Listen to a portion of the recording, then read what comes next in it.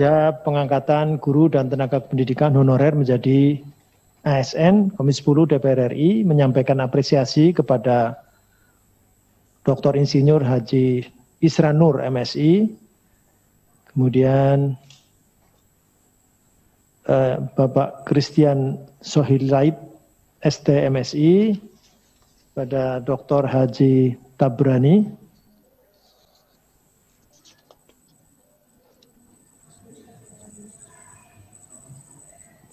kemudian ada dari NTT Adelino Suarez, kemudian Dr. Insinyur Wahyudi MT yang telah menyampaikan paparan, masukan dan saran mengenai pengangkatan guru dan tenaga pendidikan honorer menjadi ASN.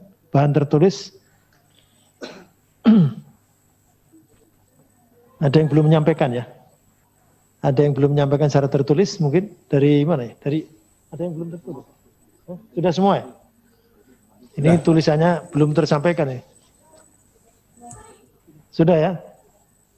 Bahan tertulis sudah tersampaikan semua, sudah terlampir ya. Ini harus ya, bahan tertulis terlampir. Antara lain ini singkatan. Sekali lagi apa yang sudah disampaikan ini menjadi bahan yang tidak terpisahkan dari laporan ini.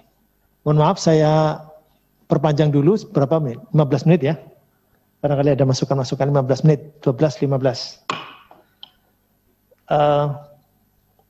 Dari Pak Gubernur ini menyampaikan antara lain sudah ada sosialisasi yang disampaikan pemerintah pusat kepada pemerintah daerah terkait dengan skema penganggaran untuk membiayai gaji dan tunjangan ASN yang diangkat melalui program 1 juta P3K, akan tetapi sampai saat ini belum mendapatkan aturan legal formal. Kemudian yang B, berharap ada perlakuan khusus dalam seleksi P3K, terutama terhadap guru yang lama mengabdi dan terbatas dalam akses informasi dan teknologi. Kemudian yang C, mengusulkan ada komponen atau variabel kesejahteraan guru yang akan ditugaskan ke daerah 3T. Ini nanti kelengkapannya yang tertulis. Kemudian yang dari Papua, Pak Christian Sohilait, STMT ini, menyampaikan antara lain, yang pertama, tata kelola pendidikan pemerintah pusat dan pemerintah daerah masih sedikit terhambat dengan adanya dualisme implementasi undang-undang di Provinsi Papua. Provinsi Papua mengacu pada Undang-Undang 21 tahun 2001 tentang otonomi khusus Papua, dan pemerintah pusat mengacu pada Undang-Undang 23 tahun 2014 tentang pemerintah daerah. Sehingga dalam perencanaan dan penganggaran pendidikan sering kurang sinkron ketika dikonsultasikan ke Depdagri maupun ke Kementerian Keuangan. Ini anunya, sarinya begitu kira-kira. Kalau nanti ada yang nggak pas bisa disampaikan redaksinya Pak. Kemudian selanjutnya, sampai saat ini belum ada informasi kebijakan yang secara jelas mengenai anggaran untuk pembayaran gaji guru honorer yang akan diangkat menjadi P3K.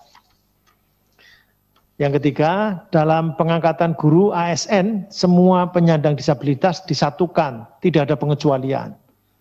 Dinas Pendidikan belum menyediakan fasilitas khusus untuk penyandang disabilitas di Papua. Ini informasinya begitu. Kemudian yang ketiga, Dr. H. Tabrani, MPD, Kepala Dinas Pendidikan Provinsi Banten menyampaikan antara lain, A, mendorong pemerintah untuk membuat mekanisme dan regulasi secara tertulis tentang skema anggaran yang jelas untuk pengangkatan P3K dan dilakukan sosialisasi lebih awal ke pemerintah daerah. B, masih ada GTK honorer K1 yang masih belum diangkat menjadi ASN. Ini informasi ya. Karena kalau di Komisi 10 K1 sudah selesai Pak, tinggal K2. K2 itu yang 348.000 dan sudah terselesaikan 6.000 untuk ASN, kemudian 34.000 P3K.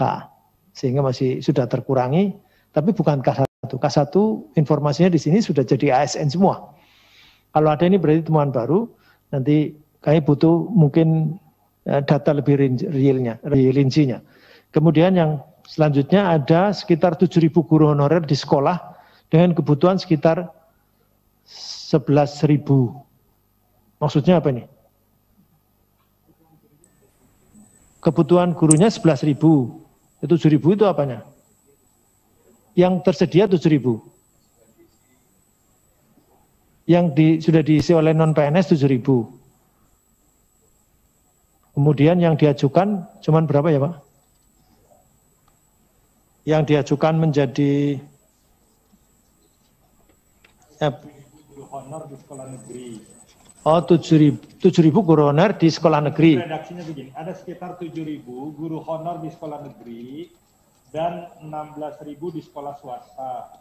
Namun hanya mengajukan 1.300. 1.300 ya? Iya. Jadi ini informasinya begitu. 7.000 di sekolah negeri. Ya. Kemudian berapa lagi di sekolah swasta? 16.000 di sekolah swasta. Kemudian mengajukan untuk P3K 1.300. Nah, begitu kira-kira.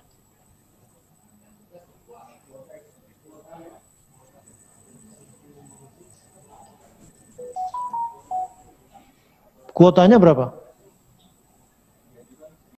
Yang diajukan 1.000, tetapi itu disetujui semua sebagai kuota. Ya, 1.300 ya.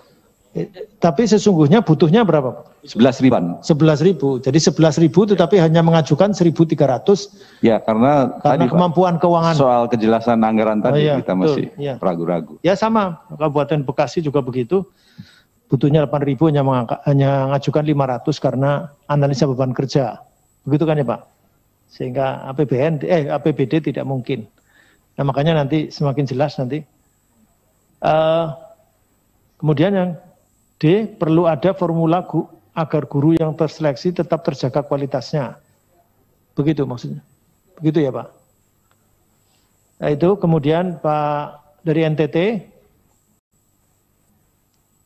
Adelino Suarez, Kabid GTK, Dinas Pendidikan dan Kebudayaan Provinsi NTT menyampaikan antara lain A. Koordinasi dengan pemerintah dilakukan dengan cukup efektif, baik dengan Kemendikbud, Kemenpan RB, BKN, dan BKD. Khusus untuk P3K melakukan rapat koordinasi pada bulan Desember tahun 2020. B. Pemprov NTT sudah mengirimkan usulan P3K sebanyak 9.885, namun menyayangkan belum terakomodirnya tenaga pendidikan dan guru agama dalam formasi seleksi P3K tahun 2021. Usulan 9.800 ini sudah dipenuhi semua enggak ya? Pak? Baru 64%. Wah. Itu Bara? Dari data yang kita peroleh dari Kementerian Pendidikan dan Kebudayaan baru 64%. Jadi masih kosong 36%. Oh. Ini 9.885 itu diajukan semua menjadi P3K? Ya, tepat sekali. Oke. Kemudian yang C, mendapatkan informasi secara lisan untuk rekrutmen P3K 2021 dibiayai oleh pemerintah pusat. Berharap agar tunjangannya juga mendapatkan dukungan. Informasi tapi lisan, betul. D, penekanan kembali kepada hal afirmasi di daerah-daerah untuk guru-guru yang aman dan berpengabdian lebih lama untuk menjadi prioritas pengangkatan P3K. Ya. Kemudian yang E, belum menemukan formasi khusus untuk penyandang disabilitas dalam seleksi P3K tahun 2021. Ini NTT begitu. Begitu ya Pak Suarez? Betul. Betul Pak. Kemudian selanjutnya dari Dr. Insinyur Wahid Wahyudi MT, Kepala Dinas Pendidikan Provinsi Jawa Timur, menyampaikan antara lain, A. Meminta pengelolaan pengangkatan P3K disesuaikan dengan kebutuhan di daerah dan kepastian anggaran pengangkatan. B. Telah mengirimkan usulan sebanyak 14.223 formasi P3K. C. Proses pengangkatan P3K untuk guru honorer agar ditempatkan di sekolah asal atau induk baik sekolah negeri maupun swasta. D. Pengangkatan guru honorer memprioritaskan yang sudah memiliki sertifikasi pendidik. Mengusulkan untuk perekrutan guru agama dan guru bahasa daerah dan mengakomodir tenaga kependidikan. Begitu Bapak Ibu, mungkin ada dari cukup ya. Itu tapi ini bahan-bahan dari Bapak Ibu tetap akan kita jadi bahan yang tidak terpisahkan dari laporan ini. Kemudian yang B, silakan. Saya hanya tambah saja, selain Depdagri dan Keuangan, memang paling banyak kita terbentur dengan Kementerian Pendidikan. Kementerian Pendidikan. Ya. Yang di mana? Di saya ya, Kemendikbud, Kemendagri dan Kemenkeu. Setuju. Sudah ya? Oke. Kemudian terhadap pandangan, penjelasan, dan masukan disampaikan para narasumber, Panja PGTK, Panja Guru dan Tenaga Kependidikan Honorer, ASN, pengangkatan guru dan tenaga pendidikan honorer menjadi ASN, Komisi 10 DPR RI menyampaikan pandangan antara lain: 1. Panja PGTKH ASN Komisi 10 DPR RI mendesak pemerintah untuk memberikan sosialisasi dan pemberitahuan secara tertulis yang disampaikan pemerintah pusat kepada pemerintah daerah terkait dengan skema penganggaran untuk membiayai gaji dan tunjangan ASN yang diangkat melalui program 1 juta P3K serta melakukan sinkronisasi peraturan perundang-undangan yang terkait. Nanti saya bacakan dulu semua, baru nanti Bapak Ibu anggota barangkali ada yang memberi masukan. Kemudian yang kedua, Panja PGTKH ASN Komisi 10 DPR RI mendesak pemerintah untuk membuat kebijakan afirmasi dalam seleksi P3K tahun 2021. Yang ketiga, Panja PGTKH ASN Komisi 10 DPR RI mendesak pemerintah untuk membuka formasi bagi guru agama, guru olahraga, guru kesenian, guru muatan lokal, dan guru sekolah inklusi pendidikan dalam seleksi P3K tahun 2021. Yang keempat, Panja PGTKH ASN Komisi 10 DPR RI mendorong pemerintah dalam melaksanakan seleksi P3K memperhatikan komitmen guru terhadap Pancasila, NKRI, dan tidak terpapar paham radikalisme serta tidak terlibat dalam organisasi terlarang. Ada masukan, Bapak Ibu? Cukup? Ada, Ketua. Ya, silakan. Ya, nanti dulu. Oke, saya minta di halaman nomor 1 itu bahwa memberikan, yang B ya? Ya, B. B. Ya, ini kan yang bagian kita. Iya, bagian kita. Silakan. Ini mendesak pemerintah untuk memberikan sosialisasi secara cepat, Ketua. Karena ini kan sebenarnya memberikan sosialisasi secara cepat. Cepat dan masif. Masif. Terstruktur, cepat dan masif. Enggak, soalnya sosialisasi begini, secara kan, cepat dan masif. Ya, ini kan sudah lama kebijakan ini, tapi sampai dengan hari ini sosialisasinya belum juga tersampaikan dengan masif. Lebih banyak yang tidak tahu daripada yang tahu. Itu yang pertama. Sudah ada sosialisasi, cuman nggak ada tulisan. Hah? Ini berarti secara tertulis. Ini kan ininya penekanan secara tertulis. Sosialisasi belum juga dilakukan, Ketua. Dari yang hadir aja tadi baru berapa? Kemarin kabupaten hanya 1 yang mendapatkan. Ada yang dilakukan di Yogyakarta, kemudian ada yang di Bali, ya, dan di Semarang, kemudian di Bali. Nah, sudah. Tapi tidak seluruhnya, belum seluruhnya, betul. Masih. Jadi perlu secara sosialisasi, pemberitahuan secara tertulis, kan regulasinya perlu. Tertulis yang disampaikan pemerintah pusat kepada pemerintah daerah terkait dengan skema penganggaran. Oke. Ya. Kemudian yang kedua, Ketua, sebentar, itu sudah cukup belum? Udah, aku udah baca. Secara cepat dan masif gitu ya? Ya. Oke. Terus? Ya.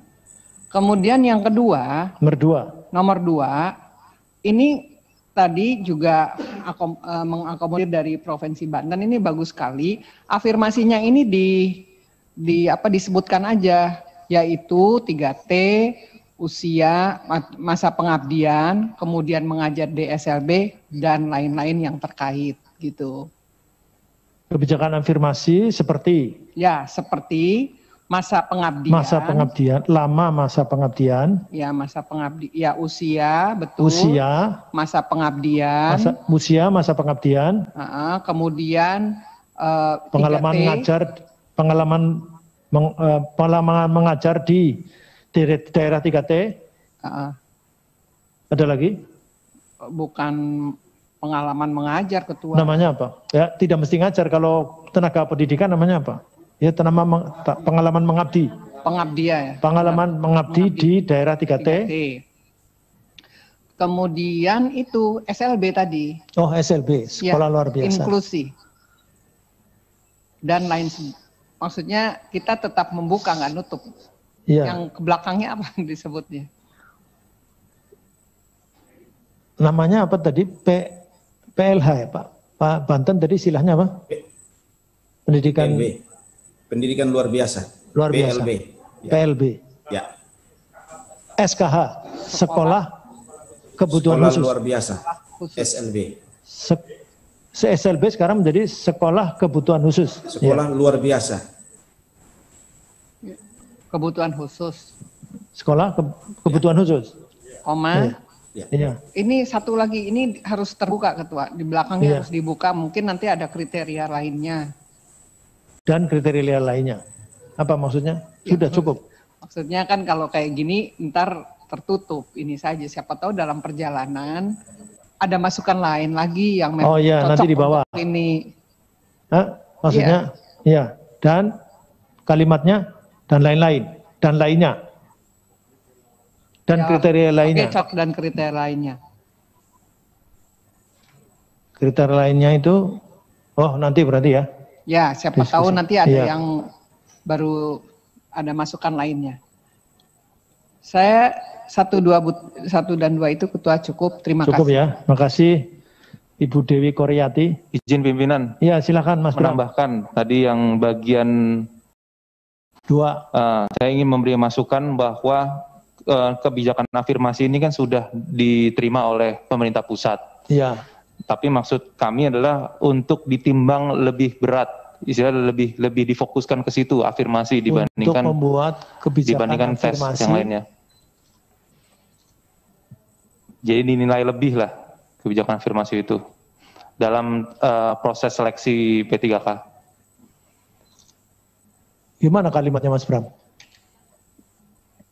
Membuat kebijakan afirmasi. Iya, maksudnya usia, dalam proses pengabdian, pengalaman pengabdian di daerah 3T, sekolah kebutuhan khusus, dan kriteria tertentu lainnya dalam seleksi P3K di tahun 2021. Itu udah cukup atau kurang, atau maksudnya itu menjadi...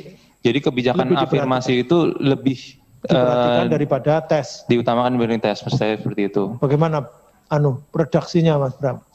Silakan. Karena udah siang itu, udah nggak bisa ngarang nih Mas. Silakan. Kalau ada kalimatnya, usulan kalimatnya lebih bagus. Tapi setuju saya kira ini. Teman-teman saya kira setuju karena supaya tadi kan ada yang mengusulkan kita tidak berbenturan dengan undang-undang. Karena undang-undang ASN dan undang 5 tahun 2014 itu ada ketentuan seleksi. Tapi tadi kan ada banyak masukan karena pengalaman dan sebagainya itu kan juga bentuk seleksi juga. Tetapi ini kalau bisa lebih diutamakan maksudnya ya. Nah itu kalimatnya yang kan afirmasi itu kan affirmative action itu kan artinya suatu kebijakan secara cepat dan sementara. Hanya pas ini.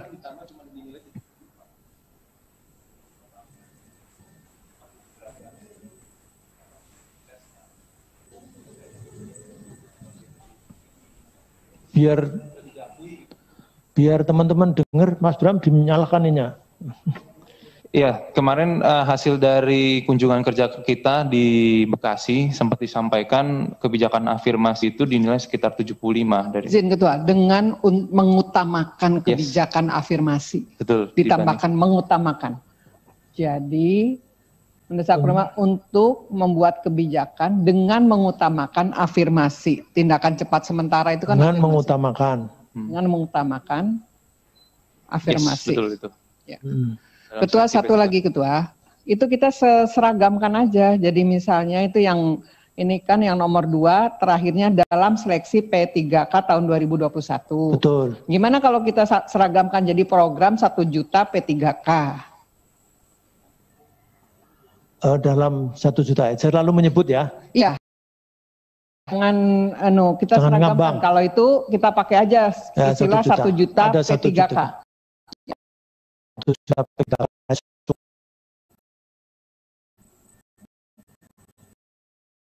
Silakan. 1 juta program 1 juta ke P3K. Oke, terus yang lain berarti ditambah juga program 1 juta P3K gitu ya.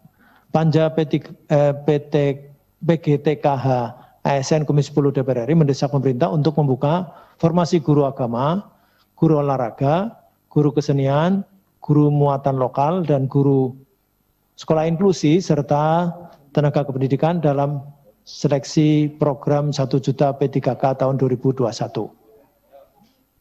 Gitu ya. Kemudian yang keempat, Panja PGTKH ASN Komisi 10 DPR RI mendorong pemerintah dalam melaksanakan seleksi program 1 juta P3K memperhatikan komitmen guru terhadap Pancasila, NKRI, dan tidak terpapar dalam paham radikalisme serta tidak terlibat dalam organisasi terlarang. Udah cukup? Udah cukup ya? Ketua. Izin satu saya. Izin Ketua. Saya dulu. Mas Nur, silakan Mas Nur. Ini untuk mengantisipasi Ketua. Jadi kan misalnya urusan regulasi teknis menyangkut tanggung jawab penganggaran juga belum selesai. Sehingga kemudian berpengaruh terhadap jumlah tenaga honorer yang disampaikan oleh daerah ke pusat. Nah, karena itu seperti ini disampaikan oleh Dinas Provinsi Jawa Timur tadi, menurut saya perlu ditambah 1 poin lagi yang menyangkut bahwa agak dipisahkan gitu. Jadi formasi pengangkatan guru dan tenaga pendidikan itu dipisahkan dari yang umum itu. Karena apa? Karena ini kan tadi misalnya daerah masih belum punya pegangan teknis tentang anggaran, akhirnya berdampak terhadap berapa jumlah yang diusulkan. Padahal kita kan berkomitmen tahun ini urusan guru honorer dan tenaga pendidikan selesai. Kalau kemudian formasinya digabungkan dengan yang lain-lain, yang pertanian segala macam, yang bukan honorer, itu yang fresh graduate, yang belum pernah pengalaman apa-apa, tapi tes ikut, enggak, itu maksud saya jangan dicampur. Ya, maksudnya jangan dicampur. Gimana caranya? Persoalan, jadi menurut saya tambah poin 5 menurut saya, jadi Panja PGTKH ASN Komisi 10 DPR RI mendorong pemerintah agar memisahkan formasi pengangkatan guru honorer dan tenaga kependidikan itu dipisah dari yang formasi umum, saya bilang. Jadi lebih khusus terkait hanya untuk urusan pengangkatan guru honorer dan tenaga kependidikan. Jadi itu. Makasih. Mohon maaf Bapak-bapak, ini soalnya ini menurut Komisi 10, jadinya jadi mohon maaf Bapak-bapak tidak perlu komentar, nggak apa-apa. Karena ini kan versinya Komisi 10. Jadi Panja PGTKH ASN Komisi 10 DPR RI mendorong pemerintah agar memisahkan formasi pengangkatan GTK honorer, memisahkan, ya sudah terpisah honorer dengan seleksi untuk jabatan lainnya. Maksudnya formasi lainnya.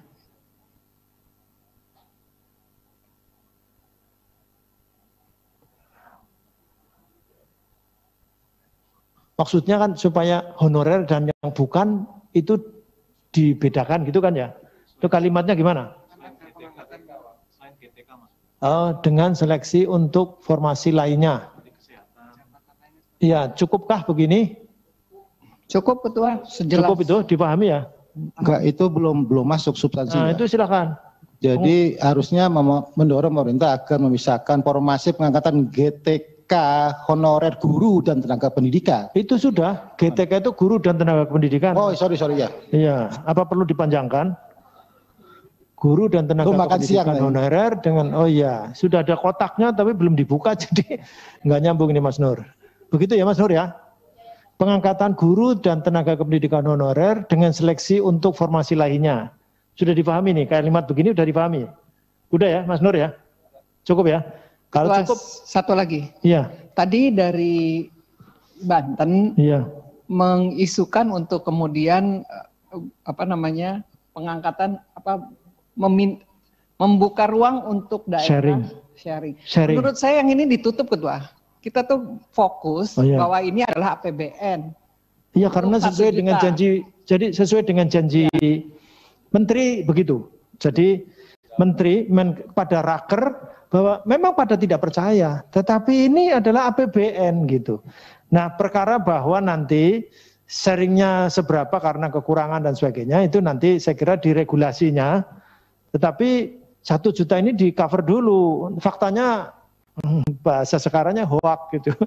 Karena yang sudah P3K yang sudah dan daerah mengeluarkan SK itu ternyata di cover oleh APBD sepenuhnya dan tidak ada tambahan dana transfer umum baik itu lewat DAK atau DAU, pokoknya DTU itu tidak ditambah. Padahal ini kan prinsipnya boleh aja di cover mau berapa saja, 8.000 mau mengusulkan. Tapi kenapa hanya mengusulkan 500? Karena analisa beban kerja tidak mungkin kemudian akhirnya APBD tidak sanggup.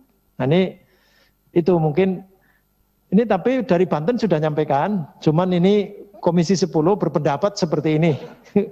Jadi sementara mungkin nanti akan disampaikan, dokumennya juga disampaikan, tetapi menurut Ibu Dewi Karyati tidak usah dimunculkan sebagai usulan Komisi 10. Karena sharing saya kira bahkan 10% pun berani katanya. Berani ngangkat dan berani mengusulkan semua gitu. Nah sekarang yang penting adalah APBN-nya yang belum jelas. Karena di Kemenpan RB, kepala daerah masih harus menandatangani kesanggupan. Dan Permendagri nomor 6 tahun 2020, kelanjutan dari Perpres 2021, Perpres 98 ya, Perpres 98 2020 itu jadi P3K yang ditempatkan di instansi daerah maka dibebankan kepada APBD. Nah kan realnya seperti itu. Kalau real seperti itu sosialisasinya lisan tidak ada yang memansuhkan, menghilangkan ketentuan itu.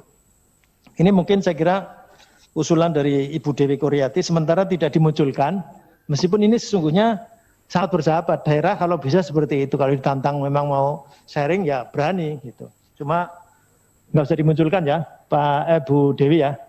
Sudah saya kira Bapak Ibu cukup. Kalau cukup mohon maaf saya di sana sini ada kekurangan karena waktunya juga melampaui sudah 12 menit. Nah oleh karenanya saya kira dari 4 provinsi 1 patah atau 2 patah kata atau nggak usah patah-patah nggak apa-apa sebagai closing statement Pak Gubernur mewakili semua. Saya dari Kalimantan Timur. Mana ini? Sami'na wa ata'na saja Pak Ketua. Terima kasih dan sekali lagi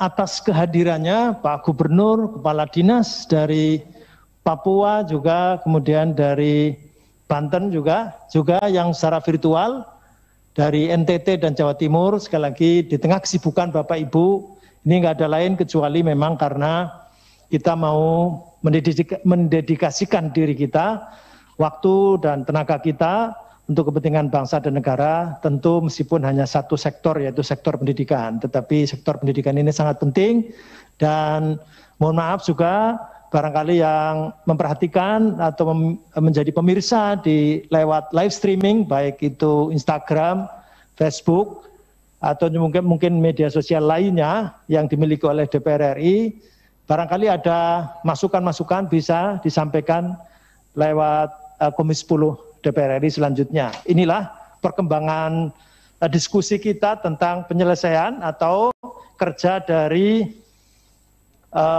panja pengangkatan guru dan tenaga kependidikan honorer menjadi ASN Komisi 10 DPR RI. Demikian dan atas izin pimpinan dan anggota Komisi 10 serta para tamu undangan dengan mengucap alhamdulillahirabbil alamin, maka RDP hari ini dinyatakan ditutup. Assalamualaikum warahmatullahi wabarakatuh. Waalaikumsalam warahmatullahi wabarakatuh. Foto katanya Pak, karena Bapak-Bapak dari jauh sampai sini sudah silakan.